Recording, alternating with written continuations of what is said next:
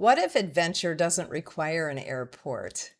Everywhere we look, people seem to be taking cruises, traveling the world, going in their RVs, moving abroad, and checking things off their bucket lists. Meanwhile, many of us are wondering if we're doing retirement wrong. What if you could have dozens of wonderful experiences within a few hours of your home and spend very little money doing it? Today, I'm sharing some of my favorite mini vacations and my micro adventures and exactly how I find them. I have always loved adventures. I love to travel, but I've discovered that adventure doesn't mean you have to go somewhere far away.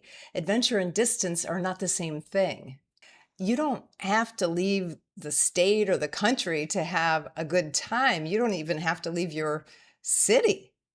In fact, some of my favorite memories happen close to home. The secret is not spending more money. The secret is staying curious.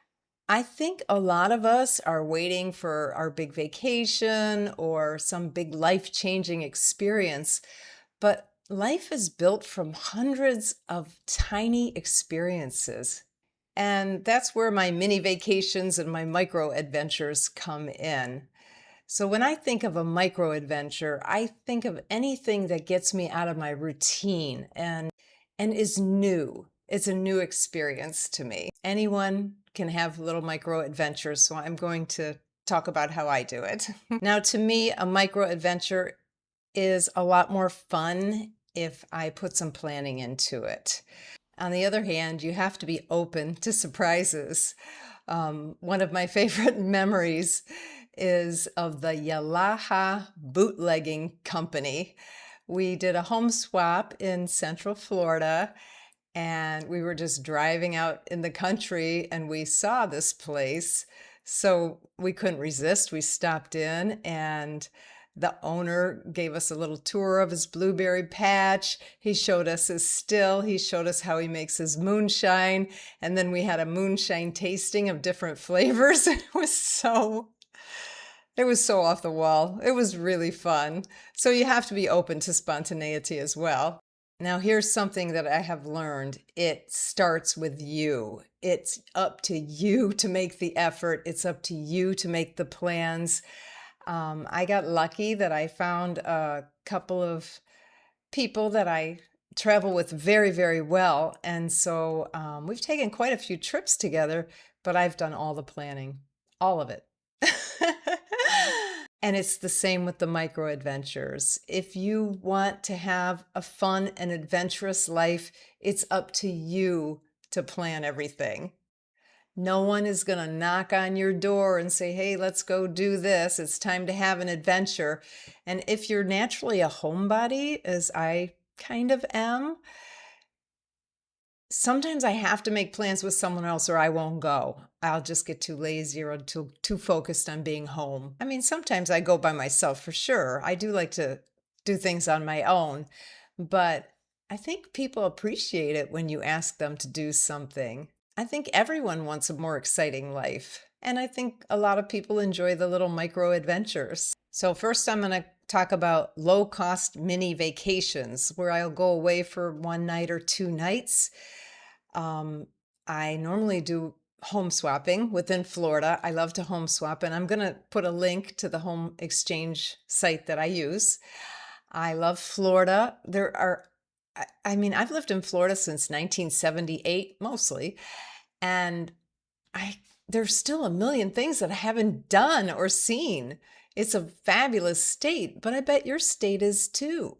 There is so much to do. So the home swapping, I get a chance to see a different area of Florida, and the people that I swap with get a chance to see my area of Florida. There's no money exchanged, so it's free lodging. Or you can invite yourself to stay with a friend. Yeah, you heard me correctly. Invite yourself. When I moved, I only moved about an hour and a half away. And I was talking to my friend Jackie, and one day she just announced, well, I'm going to come up to visit you for the weekend towards the end of whatever month it was. And I was a little taken aback, but I was thinking, well, That's a great idea. I would not have thought to ask her to come for a weekend because it's only an hour and a half away. But I planned that weekend and we spent the weekend as tourists in this little area town that, I mean, it's not even a town where I live, but we found fun things to do and we explored the area. So guess what? Jackie just moved to Gainesville. So I gave her a few weeks to settle in, and then I announced to her that I'm coming at the end of August to come for a weekend visit. Last spring, I took a road trip and I stayed with friends and family along the way. You know, people like company, and if they don't want you, they can say no. Just be sure that you are a really good guest. Be super respectful and be super clean. So those are my mini vacations, and I just take little 1 or 2 nights away in Florida. But the micro adventures, you could do those way more often. There are so many things to do that don't cost any money at all. You just have to make the effort. The first thing is just to get outside. Being outside, being outdoors refreshes us. Go for a walk in the woods, visit the beach if it's not too far, explore a botanical garden. Go bird watching. Of course, here in Florida, that's fabulous. You can visit a state park. You can go to somewhere to watch the sunrise or the sunset, walk along a river. There's a ton of research that shows that spending time in nature improves both our physical and our mental health. Even a short time outdoors improves our mood. Sometimes it's just as simple as calling a neighbor and saying, hey, do you want to just go for a short walk with me? And for a little bigger adventure and to get outside, explore the state parks in your area. Florida has over 200 state parks and they're so diverse. I imagine whatever state you're in is similar. Oh my gosh, when I did my road trip a few years ago, everybody talked about how boring Kansas was going to be, and Kansas was fantastic. If you go to I don't know the website for the Kansas State Park, but you can't believe how cool Kansas is. Anyway, Florida, let me think of some of the state parks, like Koreshan State Park. They have all these old buildings from the early 1900s. There was a cult that lived there that believed like we were inside an earth, encased inside another earth or some weird thing. It's well worth it to take the guided tour for that.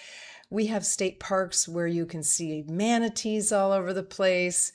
In Sarasota, Myakka River State Park, I think it's called. They've got like a canopy walk that you can walk on this thing way above the trees, which is a little scary, but fun. Payne's Prairie in Gainesville has wild bison and wild horses. Anyway, check your state park website because you'll be amazed at how cool some of the state parks are. And some of them are just nice walks in the woods. Again, with the theme of staying outside, botanical gardens are nice, but usually pricey, but you can just get on their mailing list and you can find out when they have like specials for locals. Sometimes they have free days. Farmers markets are fun. Just get up early on a Saturday morning and peruse the farmers market. Sometimes you see some really cool stuff. You get to know your neighbors. It can be really fun. Sporting events are another way to get outside and do something different. You can go to a baseball game, a soccer game. I'm personally not really into sports, but I do have a couple sports that I are on my bucket list. I have been to a polo match, but I can't even remember how long ago it was. So I would like to go to another polo match. And in Sarasota, they have polo matches. You can get your friends together and you pay an entry fee for the car and you do a tailgate party while you watch the polo match. That's on my list of things to do. Something else on my list to do is not a micro adventure for me, but maybe it is for you. But I want to see that baseball league with the Savannah Bananas. And if you've never heard of them, it looks like so much fun, but they never play anywhere near me. If the weather's bad, you can visit museums. That's actually something you can do pretty spontaneously as well. If you live in a big city, you have multiple options. If you don't live in a big city, sometimes those small museums can be really interesting. You learn a lot about history and you can combine it with go with a friend and go for coffee afterwards. It's still a little micro adventure. Okay, so how do you figure out what to do? I actually keep a running list of things that I want to do, but I also look for things. The first thing I did when I moved up here is I joined the local Facebook groups. Here they've got some for all the cities that are near me. I joined them all. They had one that was called, I don't know, Florida Girlfriends or something like that. And I was just looking through the feed one day. This is when I first moved here. And somebody said, hey, they have a Muddy Princess obstacle course coming up. Does anyone want to go with me? Well, I never heard of such a thing. And I said, yeah, I'll go. So I went with a bunch of people I never met before.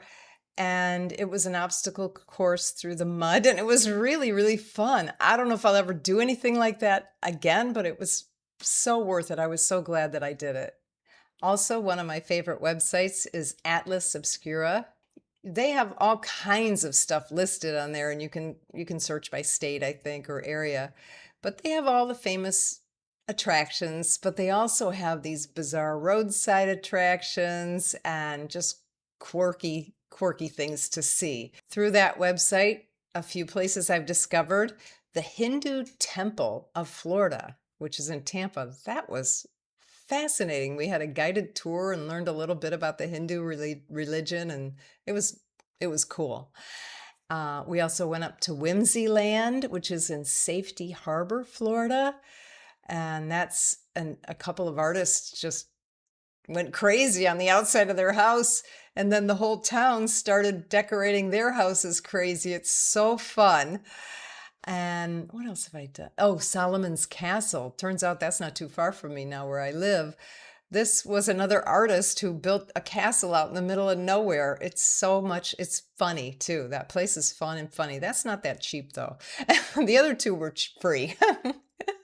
There's also a group on Facebook called Roadside America, and people just post little roadside attractions that they see. So you can kind of search through that to see if there's anything interesting in your area. One thing I absolutely love doing is walking tours. When I travel, I take a walking tour wherever I am. When I moved up here, I took a walking tour. Now, here they didn't have just a straight walking tour because it's a very small area, but they had a food and walking tour. So we learned a little bit of history, and then we ate a little bit at a restaurant, walked some more, history restaurant. It was really, really fun. I've done walking tours in probably 10 cities within Florida. You could do a guided tour, which you pay money for, a free tour, which you usually don't have to pay, but you have to tip. And then sometimes you can download a self-guided tour. On one of my travels, I just messed up the dates. I signed us up for a walking tour, but I also signed us up for another tour at the same time.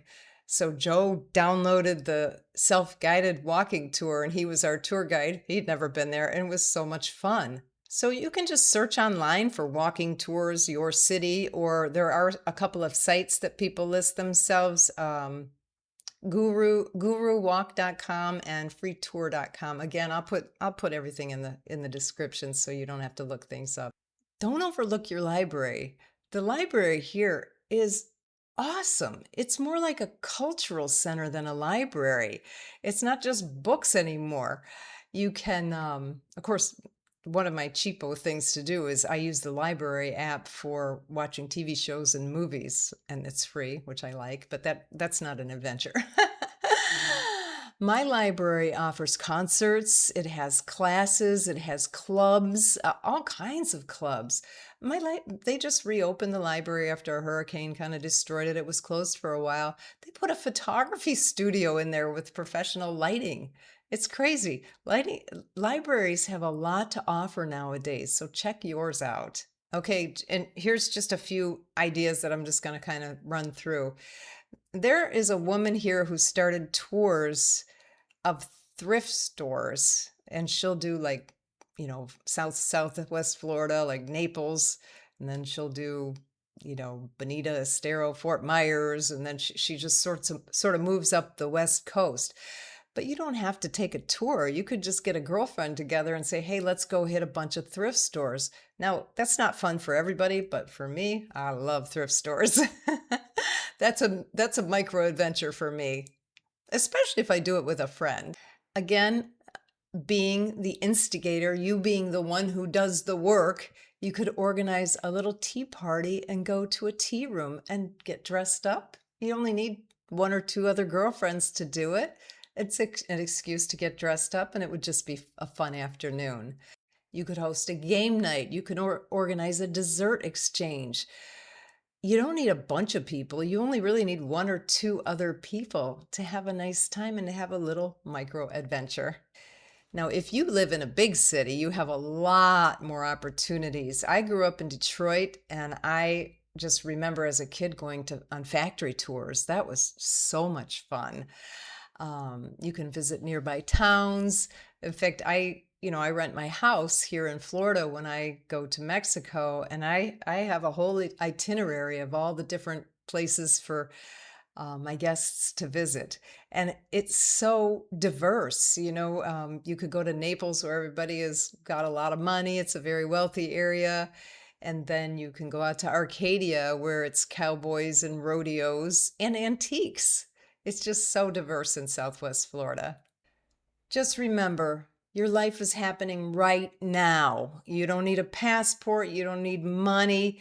You don't need to travel halfway around the world. You just need curiosity, and you need a little bit of energy to plan your micro adventures. The world doesn't have to be big. It just has to be getting bigger for you. So choose one thing this week, just one, and then come back and tell me about it in the comments.